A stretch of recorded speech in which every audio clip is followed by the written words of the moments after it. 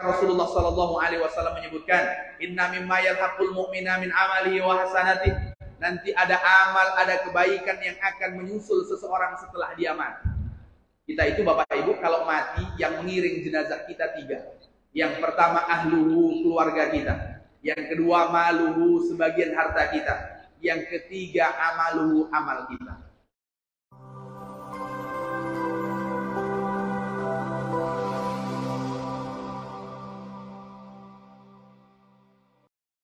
Alhamdulillahilladzi asbahna bi fitratil Islam. Wassalatu wassalamu ala khairil anam wa ala alihi wa ashabihi al-kiram. Asyhadu an la ilaha illallah wa asyhadu anna Muhammadan abduhu wa rasuluh. Subhanaka la ilma lana illa ma 'allamtana innaka antal alimul hakim. Rabbi ishrah li sadri wa yassir li amri wa hlul 'uqdatam min lisani yafqahu qawli. Allahumma lakal hamdu wa ilaikal mushtaka wa antal musta'an wa la hawla wa la quwwata illa billahil aliyyil 'azim. Wa qala ta'ala fi kitabihil karim wa asdaqul qa'ilin. A'udzu billahi minasy syaithanir rajim. Bismillahirrahmanirrahim. Ya ayyuhalladzina amanu taqullaha haqqa tuqatih wa la tamutunna illa wa antum muslimun. Al-ayat. Sadaqallahul azim. Amma ba'd. Yang sama-sama kita hormati para alim, para ulama, para asatidz, para tokoh masyarakat, ketua gerakan sholat subuh berjamaah Ujung Batu, bapak-bapak, ibu-ibu, dan seluruh jamaah sholat subuh yang semuanya insya Allah dimuliakan oleh Allah Subhanahu wa Ta'ala. Bersyukur kita kepada Allah dengan mengucapkan kalimat Alhamdulillahi Rabbil Alamin. Setiap pagi Allah Subhanahu wa Ta'ala memberikan kita 2 pilihan. Pilihan yang pertama, fa'uktikuha, apakah kita akan menjadi orang-orang yang memerdekakan diri. Pilihan yang kedua, aubikuha, atau sebaliknya kita menjadikan diri atau kemudian membinasakan diri. Lalu siapa orang yang mengawali paginya dengan memerdekakan diri? Adalah orang yang mengawali paginya dengan melakukan ketaatan kepada Allah Subhanahu wa Ta'ala. Dan orang yang membinasakan diri adalah orang yang mengawali paginya dengan kedurhakaan kepada Allah Subhanahu wa Ta'ala. Dan alhamdulillah Allah bantu kita, Allah tolong kita untuk mengawali pagi dengan melakukan ketaatan. Salah satunya sholat berjamaah fardu subuh. Semoga apa yang kita lakukan mendapat ridha dari Allah Subhanahu wa Ta'ala dan kelak Allah perlihatkan sebelum nyawa terpisah dengan raga. Amin ya rabbal alamin. Kenapa kita minta agar Allah perlihatkan sebelum nyawa terpisah dengan raga? Dahulu ada sahabat Rasulullah Shallallahu Alaihi Wasallam namanya Thauban radhiyallahu anhu. Thauban ini kalau sholat selalu berada di pojok paling kanan dari Masjid Nabawi. Hanya sebagai contoh, di pojok paling kanan dari Masjid Nabawi, disitulah tempat Thauban. Dan orang-orang Madinah yang menerima baginda Rasulullah SAW disebut dengan orang-orang Ansor, sama dengan nama masjid yang pada pagi hari ini kita berkumpul. Jadi di pojok yang paling kanan, Thauban selalu ada di tempat tersebut, sehingga tempatnya Thauban tak ditempati oleh sahabat-sahabat yang lain. Ketika Rasulullah Shallallahu Alaihi Wasallam hendak melaksanakan sholat subuh suatu ketika, Rasulullah tidak melihat Thauban. Lalu kemudian Rasulullah tanya kepada para sahabat, apakah ada di antara kalian yang mengetahui Thauban?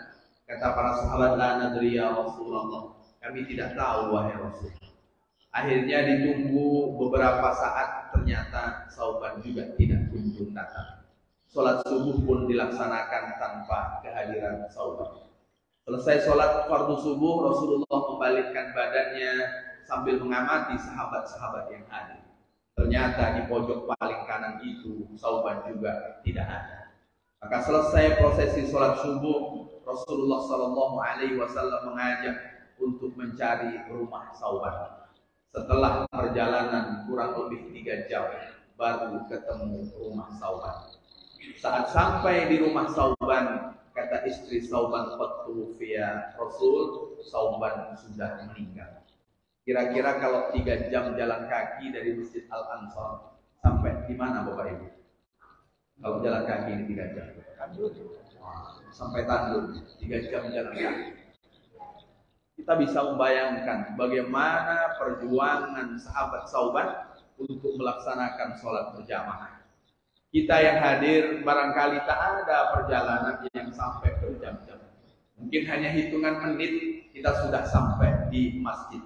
Dahulu masjid belum banyak, maka untuk bisa sholat berjamaah perlu perjuangan yang luar biasa. 3 jam perjalanan Sauban baru sampai ke Masjid Nabawi.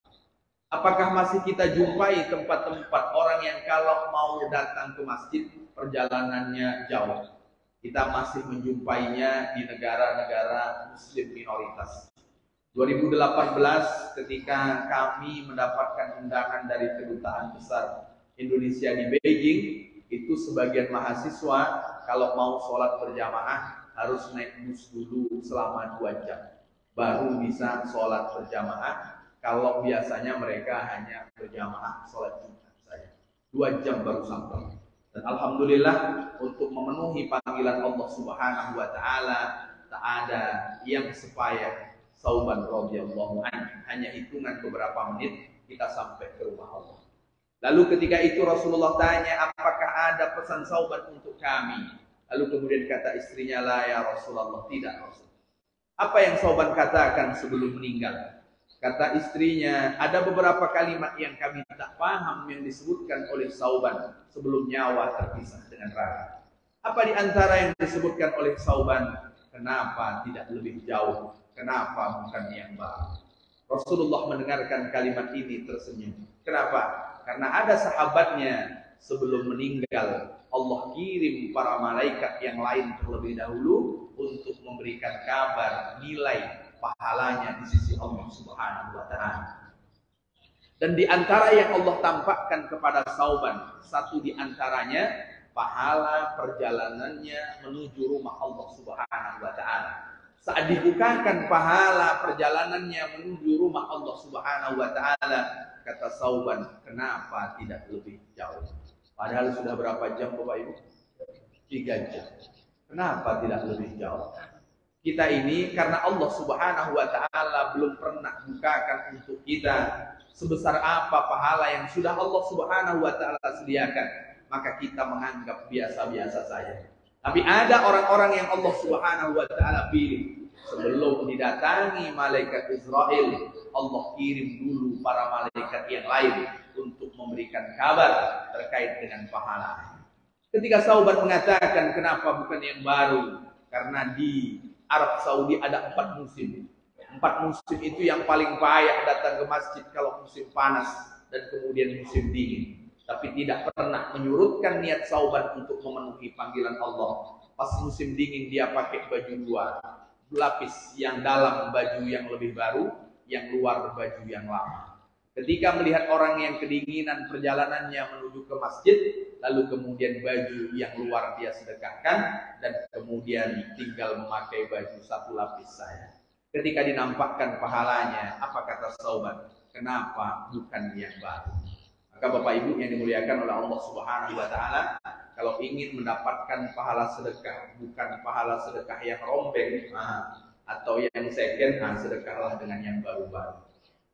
Karena ada orang-orang yang Allah Subhanahu wa taala pilih, Allah Subhanahu wa taala tampakkan kebaikannya sebelum nyawa terpisah dengan raga.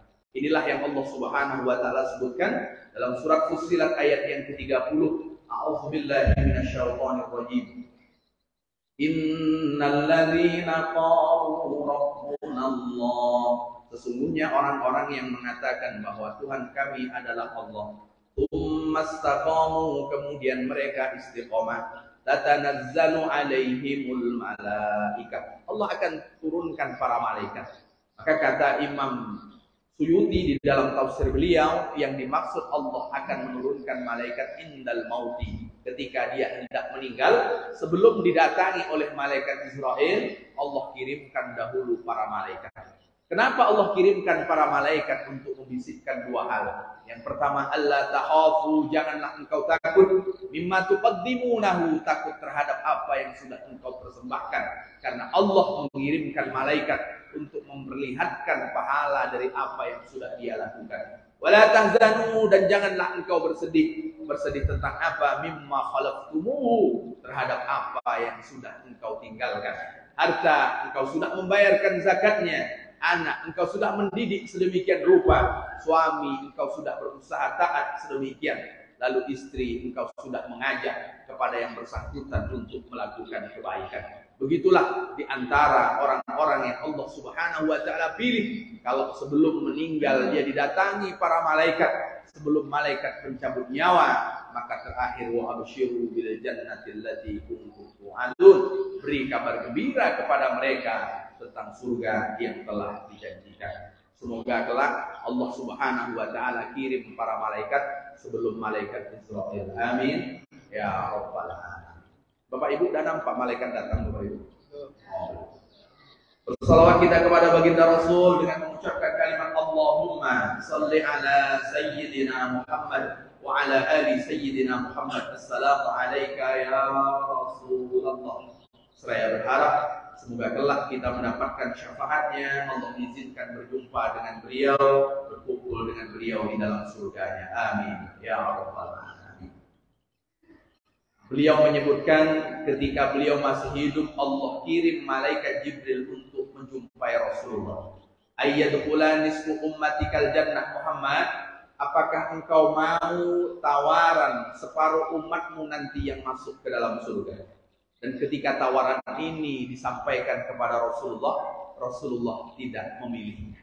Jadi Allah itu pernah mengutus Jibril menjamin separuh umat Nabi Muhammad masuk ke dalam surga. Tapi pilihan ini Rasulullah Sallallahu Alaihi Wasallam tidak menerimanya. Lalu kemudian pilihan yang kedua, wa baina syafa'ah. Yang kedua, engkau nanti bisa memberikan syafaat. Kata baginda Rasul, fakhtartu syafa'ah. Kemudian aku memilih untuk bisa memberikan syafaat. Itu pilihan Rasulullah. Di kulli nabiyyin da'watun mustajabah. Masing-masing nabi punya satu doa yang jika dia minta kepada Allah Subhanahu wa taala, Allah kabulkan seketika itu juga. Masing-masing nabi punya. Fa ta'ajjala kullu nabiyyin da'watah, kata baginda Rasul, masing-masing nabi sudah menggunakan doa mereka ketika mereka masih hidup. Satu-satunya nabi yang tidak menggunakan doa ini adalah nabi kita Muhammad sallallahu alaihi wasallam. Mengalir darah dari pelipisnya, mengikat perutnya dengan kain yang di dalamnya ada batu menahan lapar. Rasulullah sallallahu alaihi wasallam tetap tidak menggunakan satu doa yang jika dia minta kepada Allah, Allah kabulkan seketika itu juga. Ketika perang Uhud, banyak sahabat yang syahid. Rasulullah Sallallahu Alaihi Wasallam juga tidak menggunakan doa itu. Ketika Rasulullah Sallallahu Alaihi Wasallam ditanya, kenapa engkau tidak menggunakan doa itu, wahai Rasul? Beliau jawab, ikhtabatu syafa'atan li ummati yaumal qiyamah. Doa ini aku simpan karena nanti akan aku tukar untuk bisa memberikan syafaat kepada umatku di hari kiamat. Begitulah pengorbanan Rasulullah untuk kita selaku umatnya. Karena Rasul tidak mau hanya separuh dari kita saja yang masuk ke dalam surga. Dan syafaat Rasulullah lah di antara yang akan menyelamatkan kita sehingga berkumpul dengan beliau di dalam surga Allah Subhanahu wa taala. Bapak Ibu jamaah yang dimuliakan oleh Allah Subhanahu wa taala, pada kesempatan pagi hari ini saya akan membacakan satu sabda baginda Rasulullah sallallahu alaihi wasallam yang dikutip oleh Imam Ibnu Hajar Al-Asqalani lalu kemudian disyarah oleh Imam An-Nawawi Al-Bantahan. Rasulullah sallallahu alaihi wasallam berpesan, ad-dunya darun man la daralah. Dunia itu adalah tempat bagi orang yang tak punya tempat. Dunia itu adalah rumah bagi orang yang tidak punya rumah. Maka kalau kita membaca beberapa literatur keagamaan, kita akan ketemu kalimat fiddarain, di dua tempat, di dua rumah. Ternyata rumah kita itu ada dua. Yang satu dunia yang kita tempati sekarang, yang kedua nanti di kampung akhirat.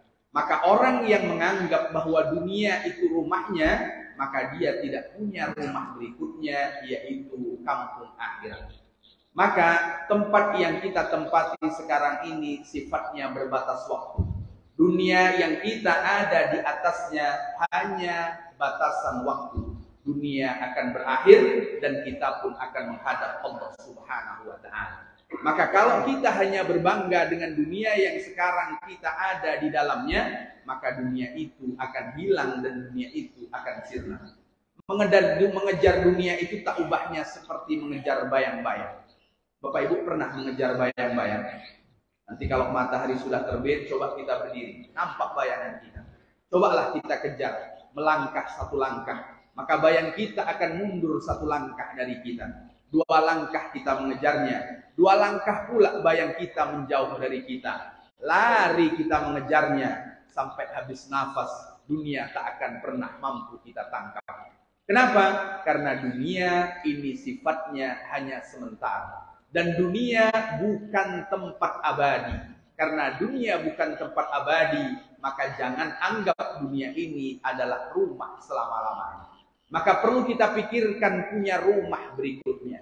Dan rumah berikutnya bermula dari alam barzakh. Maka Rasulullah SAW menyebutkan, al-qabru awwalu manzilin min manazilil akhirah. Kubur adalah kampung akhirat pertama. Kubur itu adalah kampung akhirat kita pertama. Bapak Ibu sudah pesan rumah terakhir?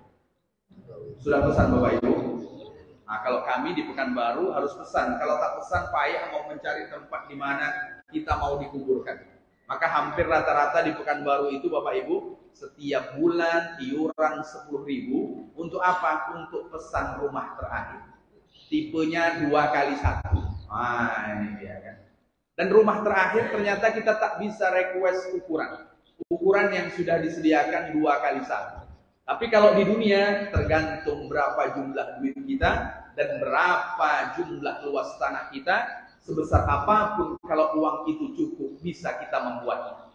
Tapi kalau rumah terakhir, sebesar apapun tempat yang kita punya, sebanyak apapun uang yang kita punya, toh tempatnya tidak akan berbeda satu dengan yang lainnya. Dan kubur itu adalah kampung akhirat kita pertama. Maka di dalam kubur tak mungkin kita selamat kalau seandainya kita tidak punya bekal. Maka ketika kita melangkahkan kaki sampai ke rumah Allah Subhanahu wa Ta'ala, berharap yang akan menerangi kita nanti ketika berada di alam barzakh. Amin ya rabbal alamin. Basyiril masiina ilal masjidi fi dzulmi.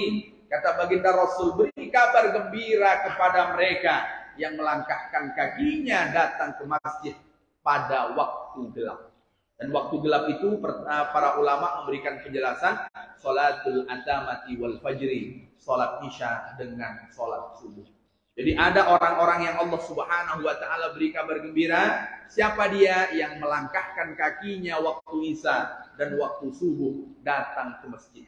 Isya subuhnya orang dahulu, Bapak Ibu yang dimuliakan oleh Allah Subhanahu wa Ta'ala, datang ke masjid gelap atau terang? Orang dulu. Kalau orang sekarang asal tak mati lampu terang. Kalau orang dulu pergi ke masjid, isya subuh tentu gelap.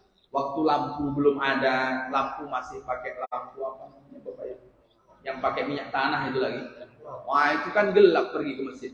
Dan kita dengan kemudahan ini kalau juga tak datang ke masjid waktu isya, waktu subuh, nampaknya masih ada ciri-ciri munafik di dalam diri kita. Maka Rasulullah SAW menyebutkan, inna asqalas salati alal munafiki salatul atamati wal fajri. Salat yang paling berat bagi orang munafik adalah salat subuh dengan salat isya. Kalau kita Bapak Ibu 5 waktu yang paling berat salat apa Bapak Ibu? Halo Bapak Ibu, mau dijawab isya subuh takut munafik, tak dijawab kadang-kadang berat. Nah, itu kan. Kita sendiri yang bisa mengukur. Kalau rasa berat itu masih ada, berarti masih ada sifat munafik di dalam diri kita. Maka cara membersihkannya, paksakan diri untuk melakukan sholat 2 tersebut, sehingga sholat yang lainnya menjadi ringan. Usahakan berjumpa dengan takbiratul ihram pertama imam 40 hari lamanya. Setelah itu akan terasa ringan. Sholat subuh ketemu dengan takbiratul ihram pertama imam. Allahu Akbar. Berapa kali? 40 kali. Berarti 40 hari lamanya. Dahulu ada seorang alim. Dia imam besar salah satu masjid. Pada waktu itu ada orang yang selalu mengganggu istrinya. Lalu istrinya karena diganggu oleh orang merasa tidak nyaman, laporlah kepada suaminya. Dulu ini kan Bapak Ibu yang dimuliakan oleh Allah, orang sering mengganggu orang kalau kemudian ada orang lewat. Jadi kalau ada orang lewat, orang-orang tempo dulu itu mengganggunya dengan bersiul, mengganggunya dengan mengeluarkan suara. Ada di ujung batu dulu Bapak Ibu. Ada Bu di ujung batu dulu Bu. Nah, pelakunya bapak-bapak ini jangan-jangan ya. Orang lewat digoda. Tak nyaman istrinya ini, melaporlah kepada suaminya. Lalu kemudian dipanggillah orang yang selalu mengganggu istrinya ini. Kenapa kau ganggu istriku? Aku suka dengan istri Pak Imam.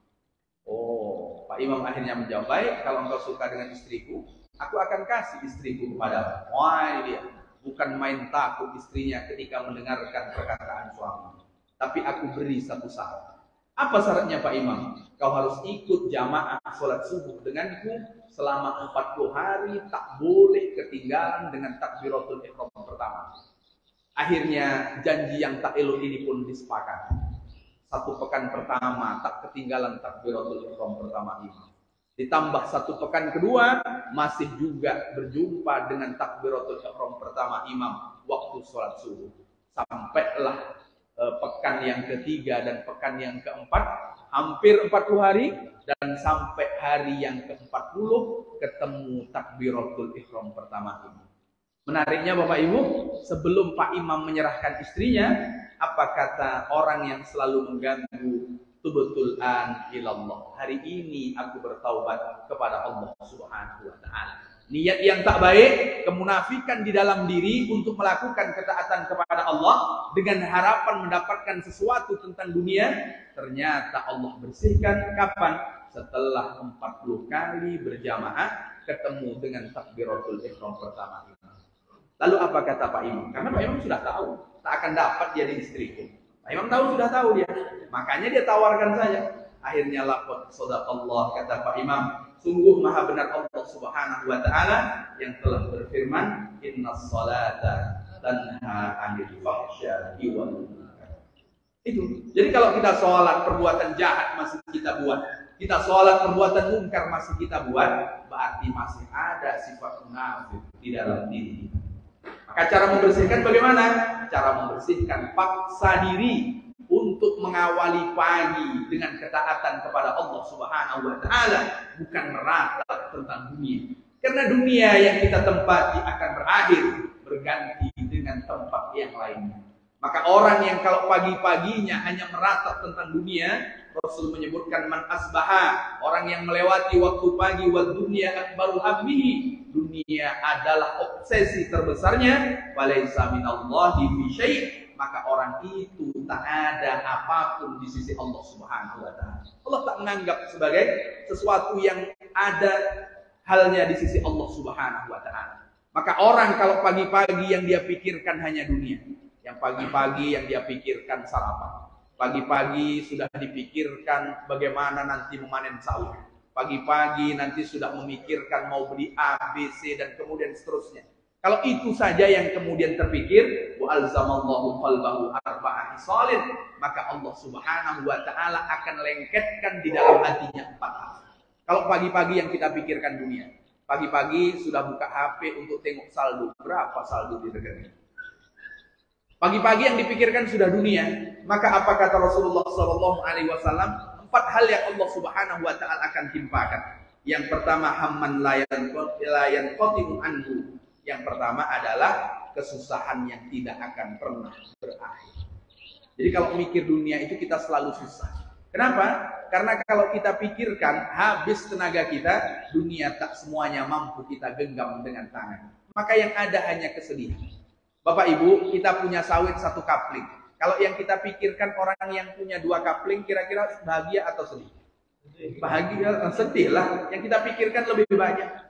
Kita punya ruko 1, yang kita pikirkan orang punya ruko 2. Susah atau sedih? Susah lah.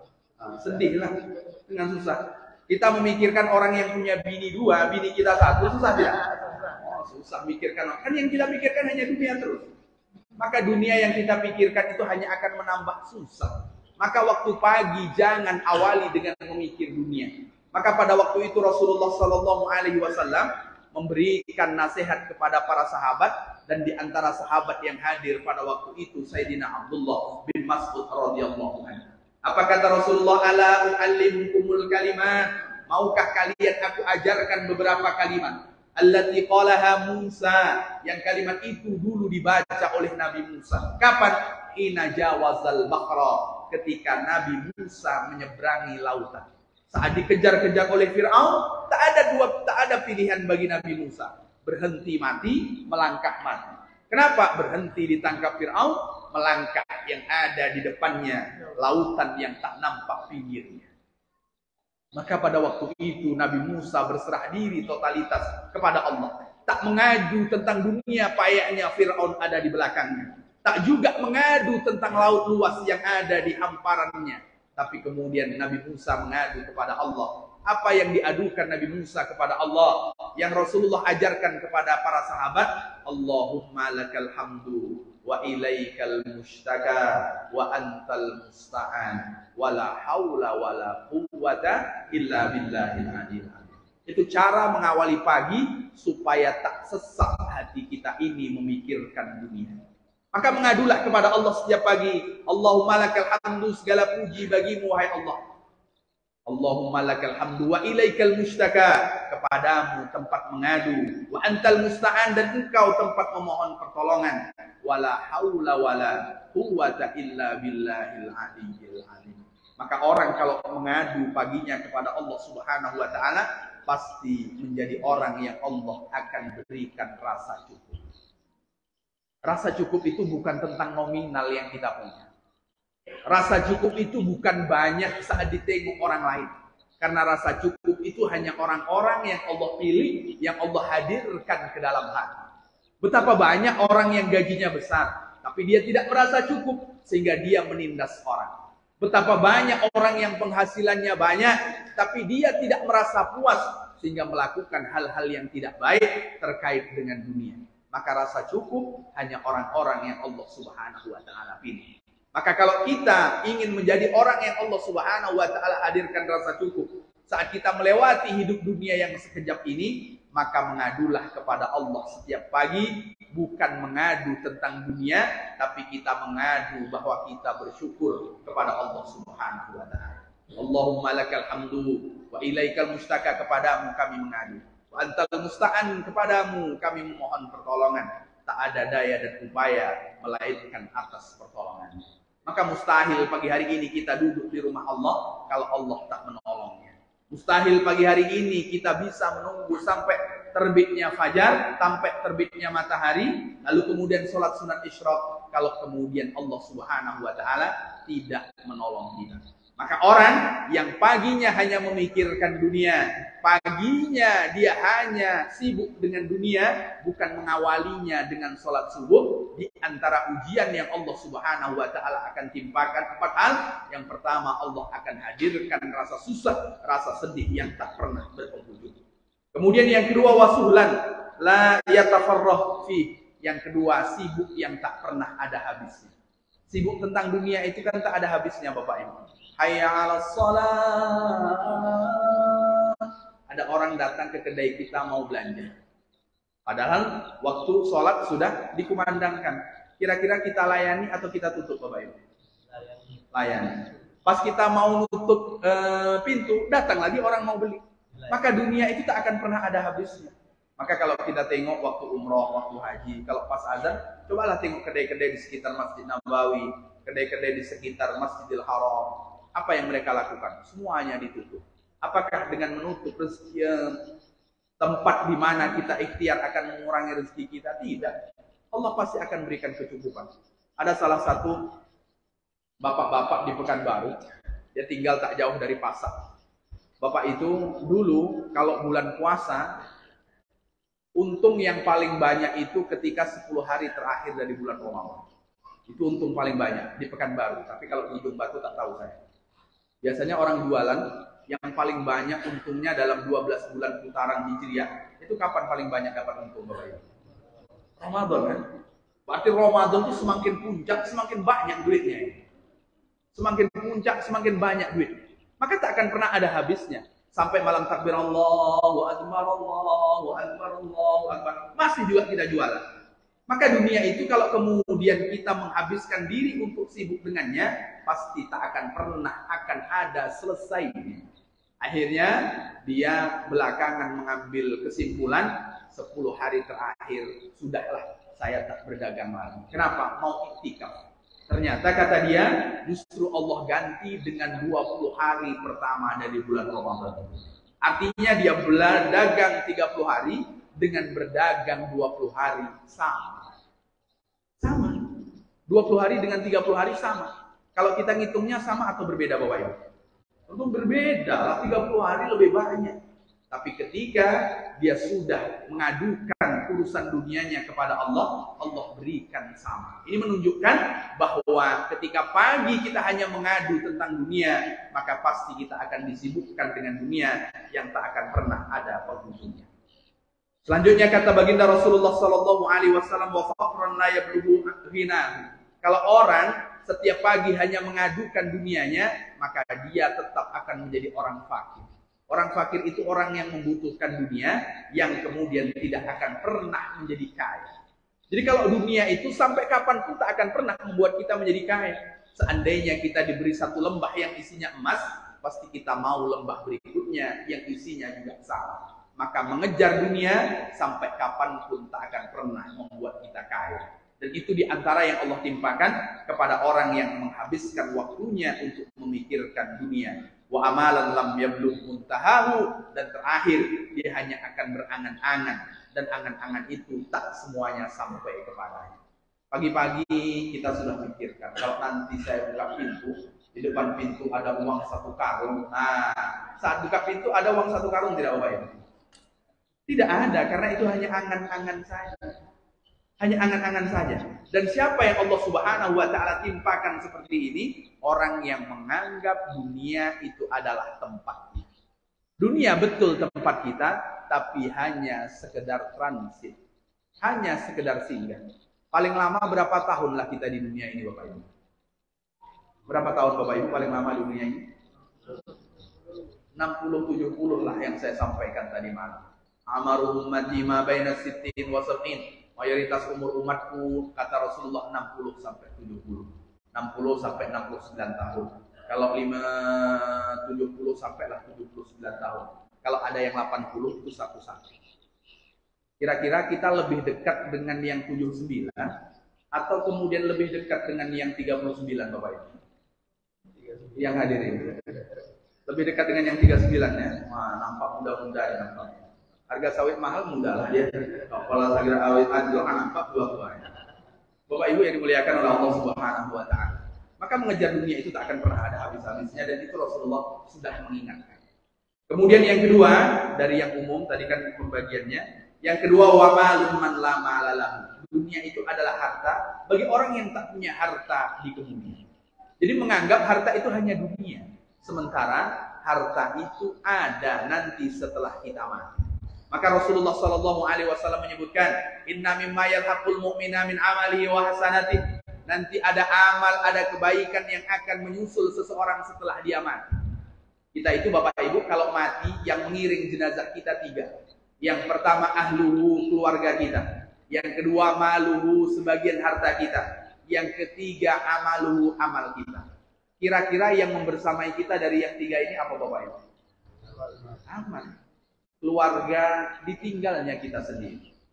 Meskipun waktu hidup dahulu pernah berkata, aku mencintaimu sehidup semati. Pas mati, hidup.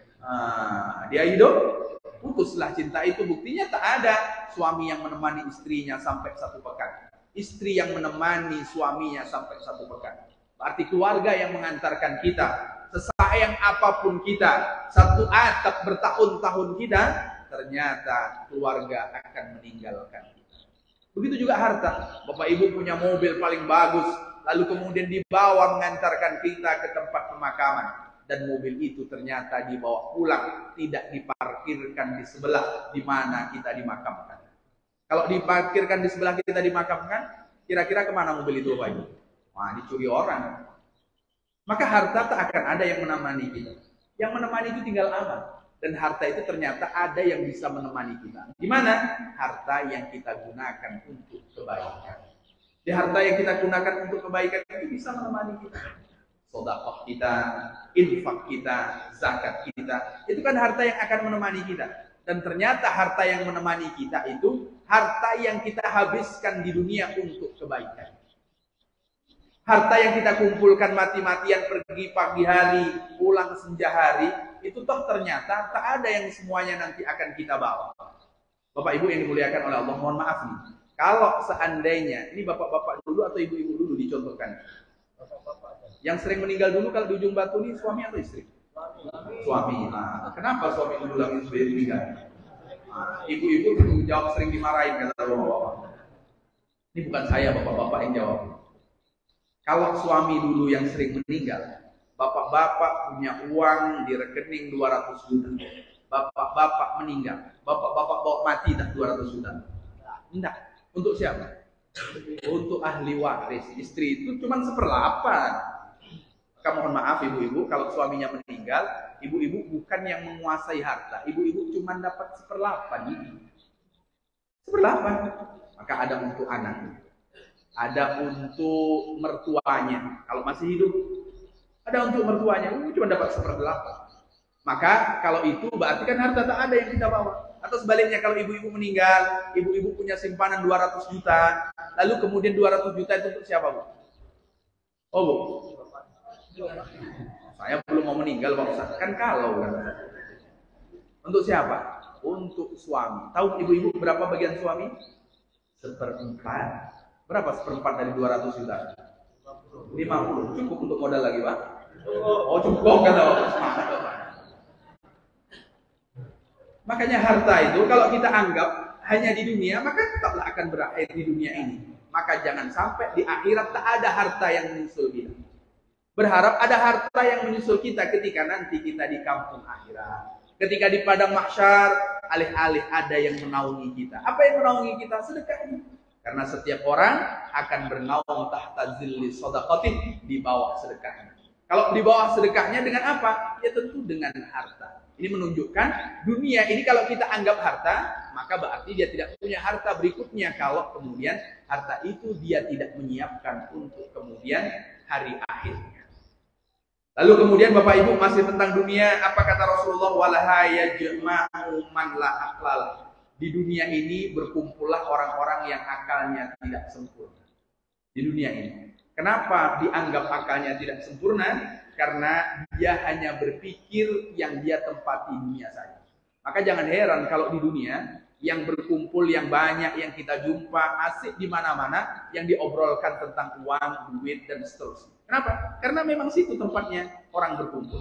Makanya Rasulullah ketika menyebutkan orang cerdas, Rasulullah kan ditanya oleh salah satu sahabat dari kalangan Ansor, ya Rasulullah, manil mu'min afdal, siapa mukmin yang paling mulia Rasul?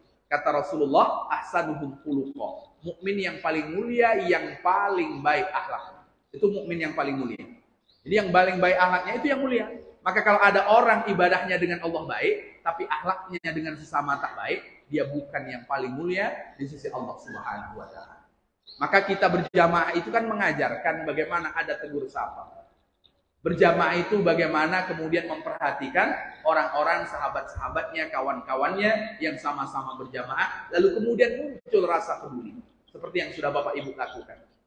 Kalau tidak, ya berarti kita belum menjadi orang yang mulia, karena mulia itu buahnya dari amal kita kepada Allah adalah akhlak yang baik. Lalu Rasulullah ditanya, manil aqya, siapa orang yang cerdas? Bapak Ibu, kalau kita ditanya siapa yang cerdas, bagaimana jawaban kita Bapak Ibu? Waktu dapat juara di sekolahnya.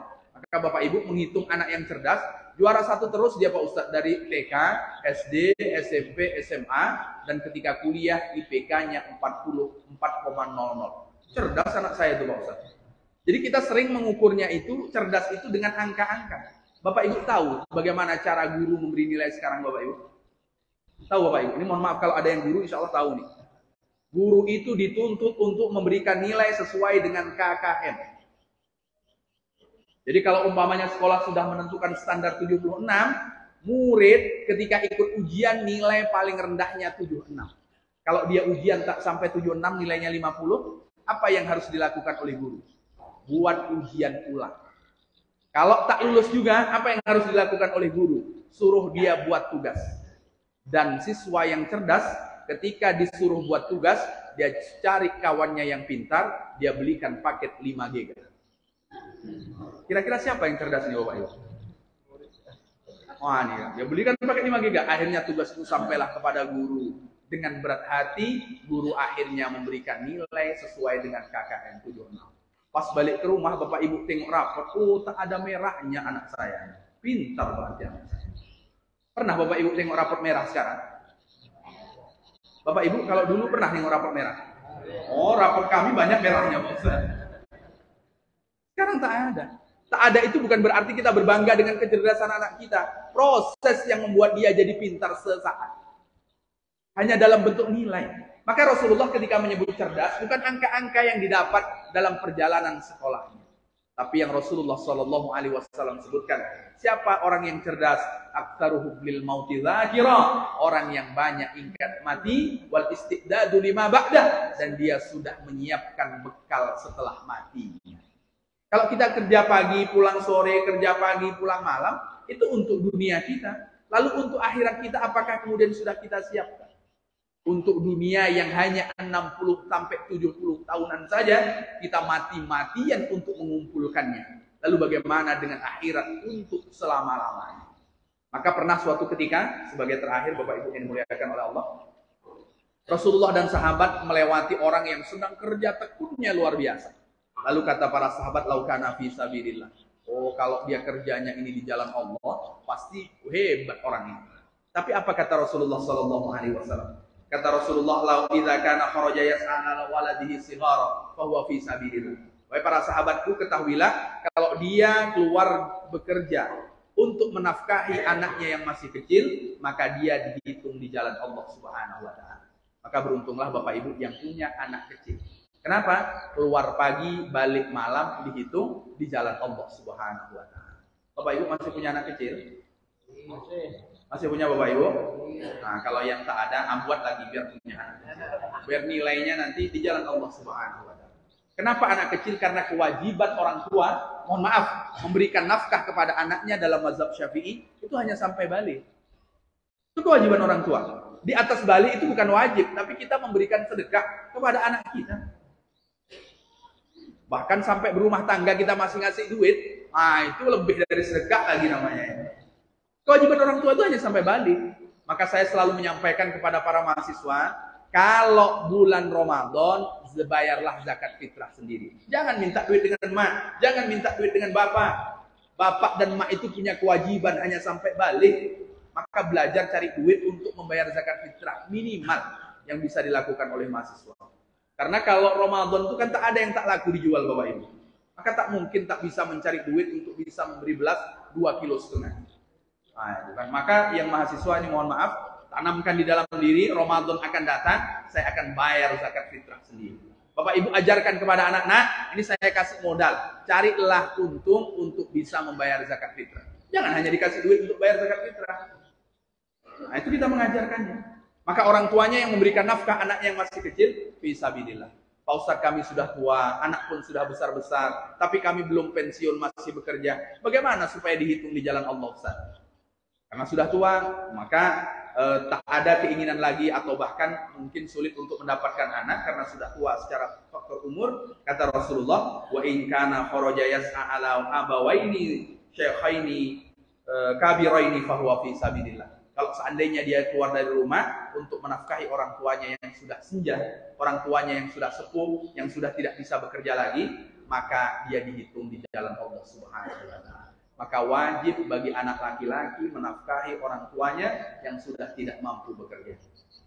Ibu-ibu, jangan marah suami kalau dia transfer uang ke orang tuanya. Nah, jangan dimata-matai. Nah, itu kan. Kenapa? Karena punya kewajiban untuk menafkahi orang tuanya yang sudah tidak bekerja. Nah, Dihitung di jalan Allah. Tapi orang tua kami sudah meninggal Pak Ustaz. Bagaimana supaya dihitung di jalan Allah Subhanahu wa taala? Kata baginda Rasulullah, wa in kana kharaja yas'aya ufwa fa huwa fi sabilillah. Kalau dia keluar dari rumah bekerja, menjaga kehormatan diri supaya tidak meminta-minta, itu dihitung di jalan Allah Subhanahu wa taala. Maka kerja, niatkan untuk menjaga kehormatan diri supaya tidak menjadi orang yang meminta-minta, supaya dihitung di jalan Allah Subhanahu wa taala. Tapi kalau kita bekerja niatnya riaan supaya pamer. Oh, bagus Bapak itu mobil. Kita mati-matian untuk ganti mobil supaya orang mengatakan, "Wow, kan kita pamer kerja kita."